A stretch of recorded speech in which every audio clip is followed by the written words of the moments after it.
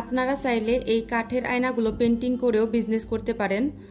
কিভাবে এই বিজনেসটা করবেন সেই সম্পর্কেই থাকছে আজকের ভিডিওটি, এবং সাথে সাথে আমি যে এই আয়নার ফ্রেমটা কিভাবে পেন্টিং করছি সেটাও দেখাবো, এবং কিভাবে পেন্টিংটা করলে ভালো হয় সে সম্পর্কেও কিছু আইডিয়া দেব।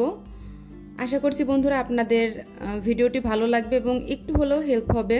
আসসালামু আলাইকুম বন্ধুরা, কেমন আছেন সবাই? কমেন্ট করে জানাবেন। যে যেখান থেকে আমার এই ভিডিওটি দেখছেন সবার প্রতি রইল অনেক অনেক দোয়া আর ভালোবাসা। তো এইখানে হচ্ছে আমি একটা আয়না নিয়ে নিয়েছি, যেটার চারপাশে দেখতেই পাচ্ছেন যে কাঠের ফ্রেম লাগানো, আর আয়নার ভেতরে হচ্ছে আমি একটু মাস্কিং টেপ লাগিয়ে নিচ্ছি যেন রং করার সময় গ্লাসে রংটা না লেগে যায় সেই জন্য। এখন হচ্ছে আমরা যে ব্লক প্রিন্ট করি সেই ব্লক প্রিন্টের রেডি কালার, এটা হচ্ছে হোয়াইট কালার মানে সাদা, এই সাদা রংটা দিয়ে হচ্ছে আমি পুরো ফ্রেমটাতে কভার করে নেব। মানে প্রথমে হচ্ছে সাদা রংটা দিয়ে আমি বেস করে নেব।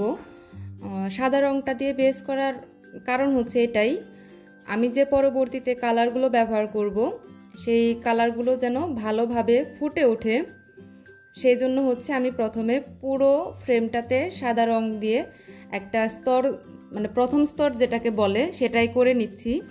আমি জানি না আপনাদেরকে বোঝাতে পেরেছি কিনা। যেহেতু এটা কাঠের, তো আমি যে কালারগুলো ইউজ করব সেইগুলা সরাসরি যদি আমি ইউজ করি তো সেই ক্ষেত্রে ওই কালারগুলো অত বেশি মানে উজ্জ্বল দেখাবে না, অত বেশি ফুটবে না। তো সেই জন্য হচ্ছে মূলত আমি প্রথমে এই সাদা কালারটা দিয়ে বেসটা দিয়ে নিচ্ছি। আপনারা চাইলে নাও দিতে পারেন, তবে আমার মনে হয় এইটা করাটা ভালো।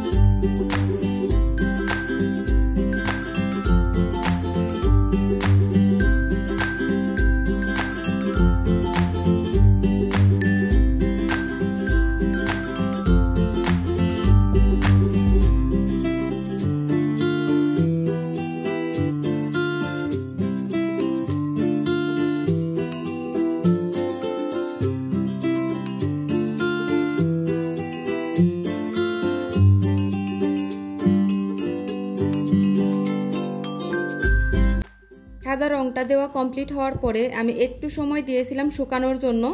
তো সাদা রংটা যখন প্রায় 90% শুকিয়ে এসেছে তখন হচ্ছে আমি এই যে অন্য একটা কালার দিয়ে তারপরে হচ্ছে ফুলগুলাকে পেন্টিং করে নিচ্ছি। এখানে হচ্ছে আমি বেগুনি কালারটা নিয়েছি।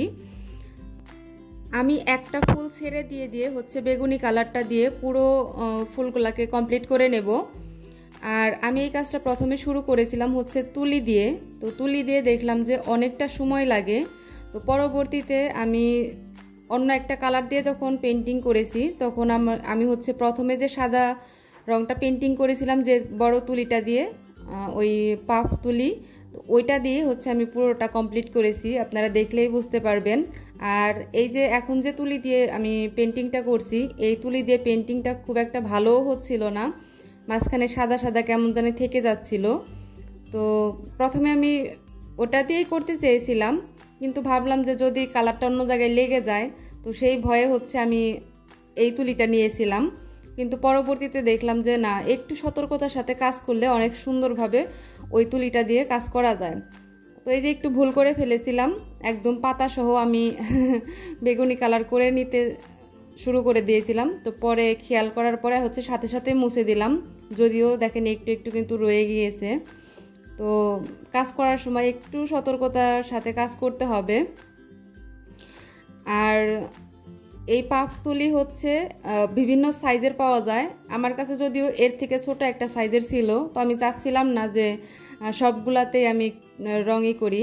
তো এই যে আমি পিঙ্ক কালার দিয়ে হচ্ছে মাঝখানে যে বাকি ছিল যে ফুলটা, তো ওটাতে হচ্ছে আমি পিঙ্ক কালার দেব। আমি এখানে মূলত গোলাপ ফুলগুলো একটা বেগুনি একটা পিঙ্ক, তো এই দুইটা শেডেরই তৈরি করছি, সরি পেন্টিং করছি এই দুইটা শেড দিয়ে।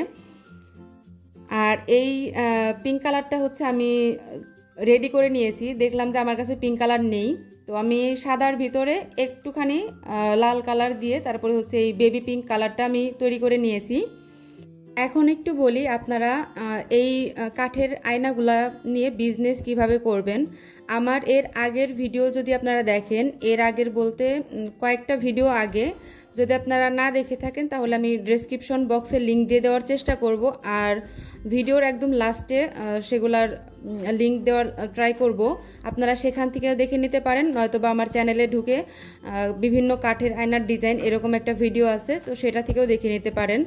এখানে আমি বলে দিয়েছি এই আয়নাগুলো আপনারা কোথায় পাবেন। এছাড়াও আপনারা বিভিন্ন যেখানে লেস পুঁতি এগুলা বিক্রি করে, তো সেই সমস্ত দোকানে খোঁজ নিতে পারেন।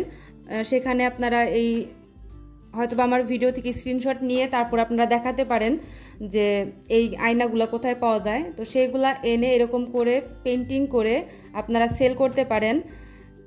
অনেক মানুষ আছে ঘর সাজাতে খুবই পছন্দ করেন, তো তাদের জন্য তো এই একটা প্রোডাক্ট এত ভালো হবে, এটা ঘরের সৌন্দর্য দ্বিগুণ বৃদ্ধি করে দেবে।